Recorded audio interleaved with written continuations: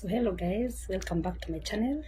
It's Christmas morning here, and I believe most people have already celebrated their Christmas.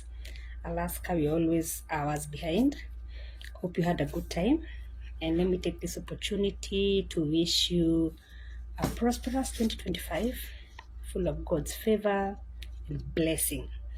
May 2025 be your year to fulfill your dreams, and especially of relocating to your desired country. And also, let me take this opportunity to congratulate two ladies in our Facebook group who managed to come over in 2024. Congratulations. I hope you're doing well in North Carolina with your families, and I hope that one day, one time when you're comfortable, you can come on board and share your experiences. So today's video, I want to list school districts that can bring you here on a H1B visa. With J1 mostly the agencies that bring you here, but with H1B you can apply directly from your home country. If you're in Kenya, you can go to their website, check their requirements, and submit your application. Each school has their own way of doing it. There are those who are going to tell you to submit to the HR. There are those who are, most schools have an employment portal. It's like just a portal where you go, you write your name, your details, everything they want, and it's saved there. And after that, they list vacancies in their school. So then you select the one you want. And the good thing with this system is that a school can have like 5 vacancies that you can qualify. So you just tick, you apply to all using the same information. So they copy and paste to all of them. Those schools that use it, it's very good because let's say, for example, you're applying for a school in Texas for maybe an elementary grade teacher. Then you see another vacancy in New York. The good thing is when you go to apply, it kind of recognizes you. So it asks you, do you want us to copy your details that you've already in the system and paste them here? So you say yes, because it's going to paste your biodata, everything, and your qualifications and your certificates. The only thing that is going to change is the job title and the school. So it's a good way. You don't have to keep repeating and repeating over and over. There are some school districts that have their own way of making you apply, and you can find a form that is asking you whether you have legal access to work in the US. Please tick no, because they are receiving application for people who are already in the States, who are outside. So when you say no, you are being honest, and again they will know that you require visa sponsorship. If you find an application that requires you to put a social security number, please put, because it won't go through. And how to bypass the social security number, you don't have it for sure because you're not already here. So my advice is put 9 zeros, 0009 of them, or 9 ones, 11119, or a combination of 9 different numbers. Any one of that will go through, because if you don't put that, your application won't go through. So just try that and you bypass and you're able to submit. And the list I have is a very long list, because I've listed school districts per state. And again, not all school districts hire H1B. Some school districts don't even know you can bring teachers from other countries. Others do know, but the process, especially for H1B, is an expensive process. So some school districts, they don't want to get into it. And other school districts prefer J1 because J1 is faster and cheaper. So the one, and again, the list I'm going to give you, mostly if a school offers H1B, most of them, not all of them, most of them also offer J1. So these school districts will enable you to kill 2 birds with 1 stone, because you will apply, they interview you, so they're going to decide, are we going to give this person J1 or H1B, depending, I don't know how they decide, but most of them have that opportunity because they have their own attorney, immigration attorney. And others, they also have partnership with the agencies they prefer for J1. So it will be a score for you. So I request you to have a notebook and a pen. Pause the video and write the name of the school district. Some I may not pronounce them well. And so what I want you to do, I want you to do most of the homework. At least I understand most of you are on holiday, so you have some bit of time. I cannot go into each and every school district like to search. I'll just maybe show you 4, 3, 5 that may be currently hiring or stuff like that, whichever I come across. Then I'll just show you how to navigate the website. But most school districts, when you get into their website, you go to, there are those who are going to have careers, employment, jobs, about us page. Some they're going to have it on top there, others at the bottom, so you have to scroll and find your way in the website. Click on the job vacancies, see their post. They usually say we posted this date. So if you see a job that is still reading, right now we're in the 2024-2025 school year, that means most schools started in August. So if a vacancy is up by now, it means they didn't find a teacher. So that school is suffering. Maybe they are mostly what they do, if they don't get a qualified teacher, they look for substitute teachers just to get the kids busy and keep the curriculum going until they find a certified teacher. So look at the date. If you see it's 2024-2025, it means the entire need, they've not found a candidate. Other schools have also started recruiting for 2025-2026 school year. So most schools, district, what they do, they have a pool of teachers. They open up, they want to have teachers ready in case a teacher decides not to come back. Immediately they fill the vacancy. So you're going to see some school districts that have already opened up for 2025-2026 school year. But generally recruitment kicks off in January, February, March. And what my advice to you is that starting now, you might open a school district and you see right now they don't have a vacancy and you give up. In 2 weeks time they open up. So with this school district I'm going to list for you, if you open, if you see they don't have a vacancy that you qualify for, give it 2 weeks, check again every 2 weeks, because they keep updating. But the highest recruitment season is end of January. February is a lot, there's open so many, and March. Because what school districts do around February, March, they give the teachers in the current schools the contract for the following year. Like right now, we're in the 2024-2025 school year. So around, okay, let me give you an example, like in our school district, come February, I think it was February, they give you the contract. They will give us the contract for 2025-2026 school year. So they give, the principal gives you the contract and they ask you, please read it. Tell us if you want to work for us for the next year, and you are given like a month to decide. So by the end of February, we submit. You say you send the contract. If you don't want to continue with them, you don't return it. So when you don't return it, they assume you don't want to continue with them. But out of courtesy, they usually tell us you will not be continuing with us, so that we advertise for the position. So by March, most school districts already know who is coming back, who is not coming back. So March is when you should be. Although March it's kind of, you're a bit late, so start in January. But by March, that is where most school districts will see vacancies everywhere. Then around April, May, some are opening, those with late applications. But most school districts starting April, they've already started recruiting. They've already started interviewing you and getting you ready.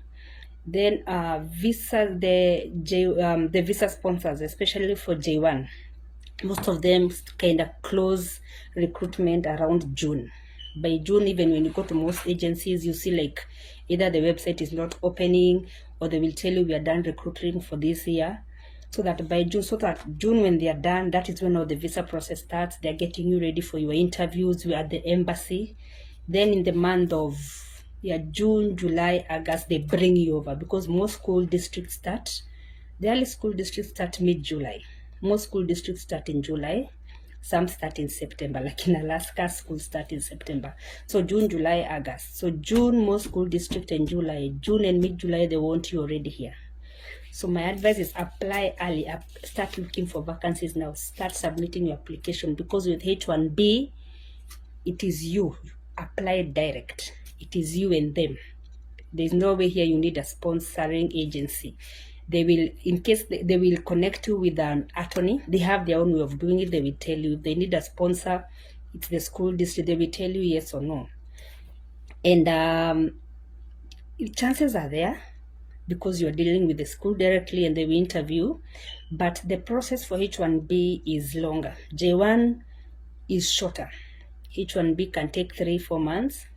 And one thing with the US, it's like they are not in a hurry. If they say it's 2 months, it's 2 months. If they say it's 4 months, it's 4 months. But with H1B, there's always what you call they call it you pay, you as a candidate, if you want your process to be expedited. There's a fee you pay, and they make a decision on your petition within 2 weeks. I think you pay, unless the fee has changed, it's $2,500. But then within 2 weeks, you have your petition approved. Especially when you pay, mostly they approve. Depending schools, they're not denied because they are cap exempt. So try your luck. And again, this is a process that requires patience. This is a process that requires funds. So please have funds ready, because we've had teachers who have gone through the process, they succeeded, they went for the visa interview. Then after they got their visa, they kind of relaxed. They were like, oh, now I have the visa, let me take 1-2 months, I enjoy. With the US, anything can happen. My advice to you, the moment you go to the embassy and you get your visa like this, please relocate as soon as you can. Anything can happen. You can have a shutdown. Things can change. Policies can change in the country where you are right there or where you are going. So don't overstay. Again, especially if you're applying for the H1B and you request, you see the date you set at the visa embassy, and you see it's very far, so like you request for them to bring it near, you give a reason, and sometimes they ask you, when do you intend to travel? So let's say you said January. Then January comes, you're still in your country, you are not in a hurry. I'm still saying goodbye, homesick, I'm getting over homesick. You can go to the point of entry and something happened. I've heard of stories. So the best thing is, once you get your visa, move. And again, also, please don't resign from your job.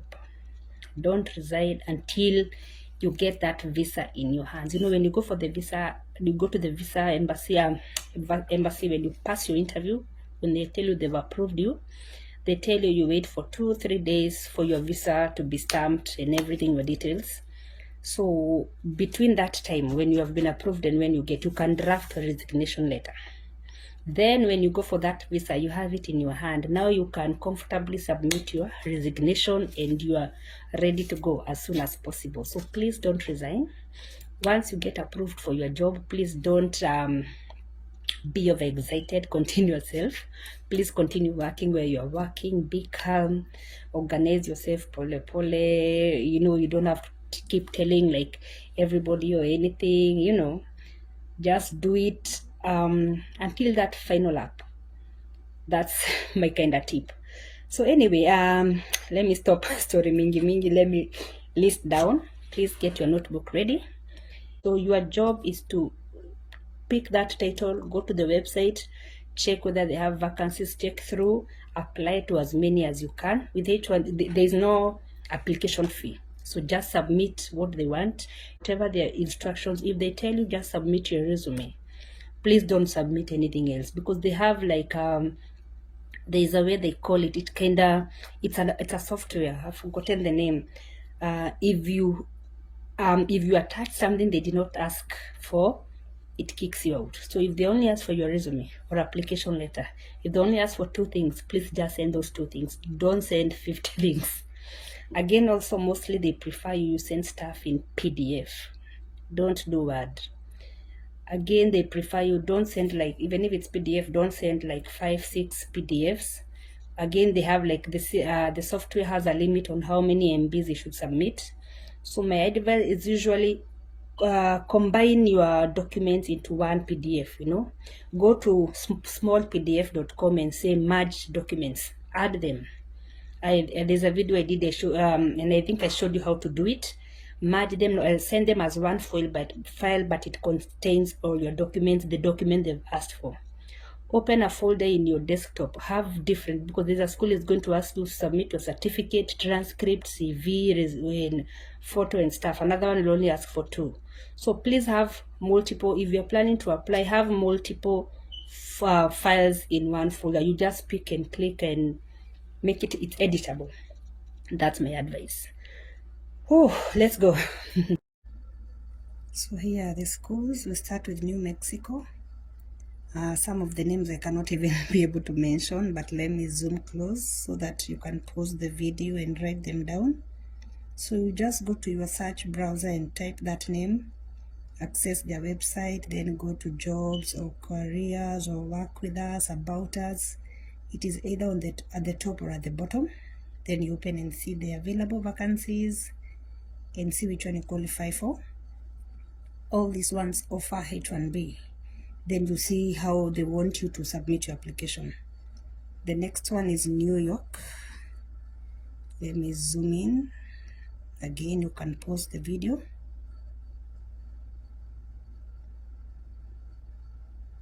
And type or write down the school districts, actually, yeah. Or you can even take a screenshot of this and search it on your search browser, whichever way you find comfortable. Next is Louisiana. It has 2 schools. Let me zoom in.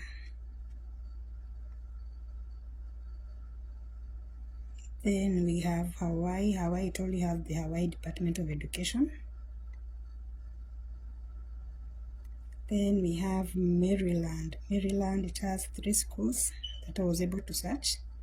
Actually, this is not an exhaustive list. I'm sure there may be a school or 2 I missed. So in case you are in the States already and you know a school that offers H1B, or even your school offers H1B and is not on this list, please put it down in the comments so that our followers can benefit. So Maryland, I was able to find 3. Then we go to Minnesota. It has 2. St. Cloud and Minnetonka schools. Then we have Washington, D.C. And Washington, D.C. is different from Washington State. Washington State is where you have Seattle. No, this is Washington, D.C. It's a different state by itself. So I was able to find 2 school districts. Hoping I'm not too fast. Again, you can pause the video and write the name. Next, we have Florida. I was able to come up with 2 schools. There they are. Then we go to North Carolina. This state is a favorite for many. And actually many J1 visa sponsors, they like to bring teachers to these schools. I know of very many of my friends and colleagues have been posted to North Carolina, so they may be in one of these public schools, most probably. So there they are. Next, we have Mississippi. I was able to find 1 school. Then we come to Alaska, and the school district is here. So we have all these schools, and there are so many Filipinos. Oh my goodness, so many Filipinos. So guys, please come, please come, please come. And some of these school districts, they're in the rural areas. But the rural areas you can survive. If I'm surviving, okay, my school district is like in the city, what they call a city. Other some are interior. Anchorage is in a big town. Next, we have Massachusetts. I usually call it Massachusetts. I was able to find 1 school. Then we come to California. California, here are the schools. Okay, you can see like the schools may be few for H1B, but most of these schools offer J1. So you can see the J1 schools are more than the H1B schools. So the H1B are less, so don't be scared. The same schools could be offering J1, and even others that are offering J1 not H1B. So that's why there's some schools could have less, but when you come to J1, you have a bigger list. So that's California. Then we go to Virginia. There we go. Pause the video, write down, then you can search them later when you have the whole list.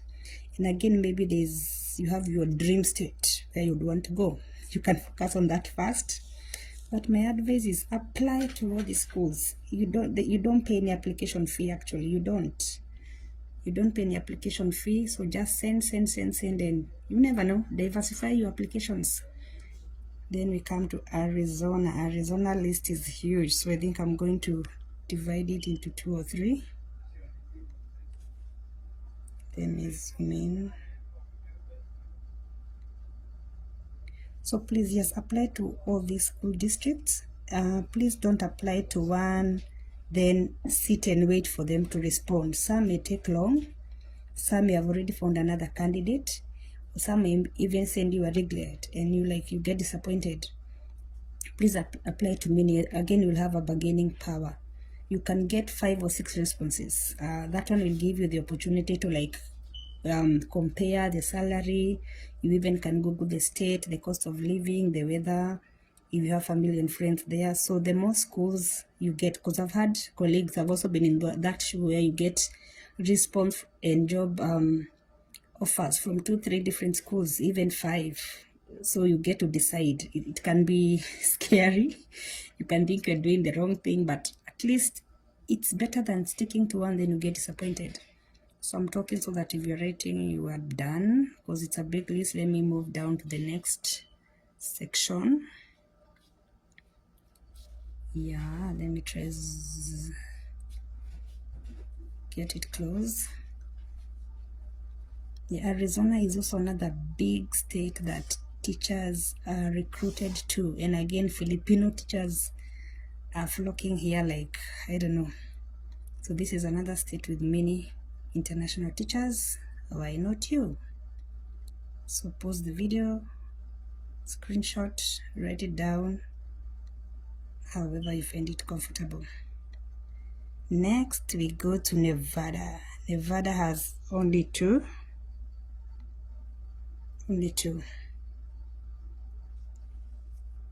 Las Vegas, Nevada. That's the state. I think Las Vegas is the town, so but Nevada is the state. Next, we have Kentucky. Kentucky, I was able to find one school. I focus. There we go.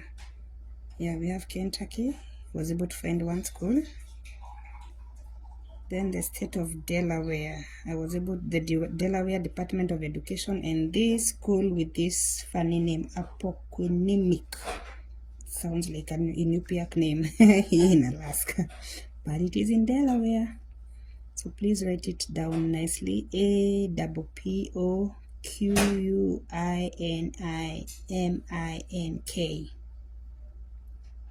Then we go to Colorado. Colorado, I was able to find this school, this Denver Public School District. This one is well known. It recruits a lot of, I think it's a big district. It recruits a lot of international teachers. Denver Public Schools. Then we go to Connecticut. We have one school there.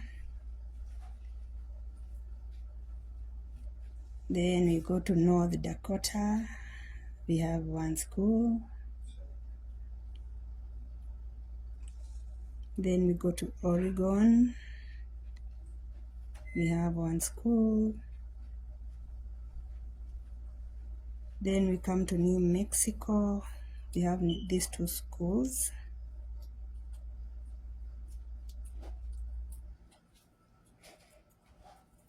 Then we come to Washington State, Seattle Public Schools. Then we come to New Jersey. We have Camden City School, Camden, Camden. I know my handwriting is not the best. Camden, Camden City School District. The next one is the state of Oklahoma. I found one school. The next one is the state of Illinois. We have Chicago Public School. This is another big school district, and it hires H1B teachers. Then we go to a favorite of many, South Carolina. I think I'm going to divide it into 2. So many Kenyans I know. are here in South Carolina, so you will not feel lonely. And even in North Carolina, so many. Being Carolinas, like Kenyans or Africans, yeah, there are many. They are diversifying. So take a screenshot, pause, write it down. So that's the beginning part. Let me go down to the next part.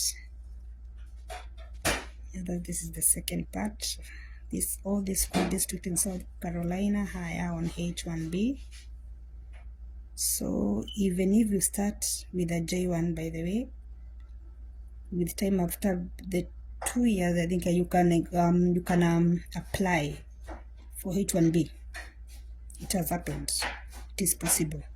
So it's also good to take note of these schools. And I believe being in the same state will be a good and easier transition. Then we go to the state of Georgia. These are the schools. Pause, take a screenshot.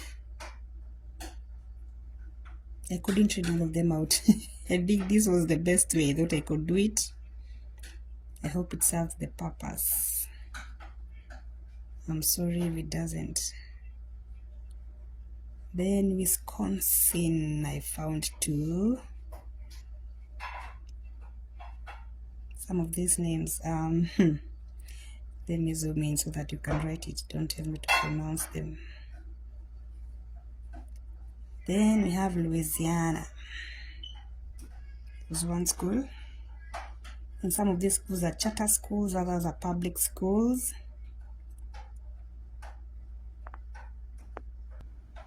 And the last and not the least, Texas.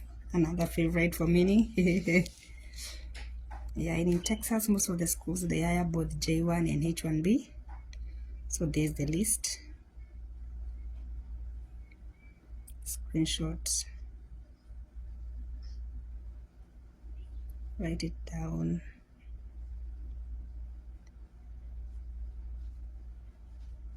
Yeah, so part 2 of the video, I will pick some of these school districts and just show you how to navigate their website. Once you know, you'll come back and go by state. December, January, this is your homework. Take a day, a break. It only takes some few minutes. Check the website, see whether there's a vacancy that you fit. If there's none, come back later. Go to the next one, whatever vacancy. And again, remember, as an elementary school teacher, you can teach from 1st grade to 8th grade. As a high school teacher, you can teach middle school and high school. And I understand those who teach history, like in Kenya high school, you can teach middle school, social studies, and they call it US history.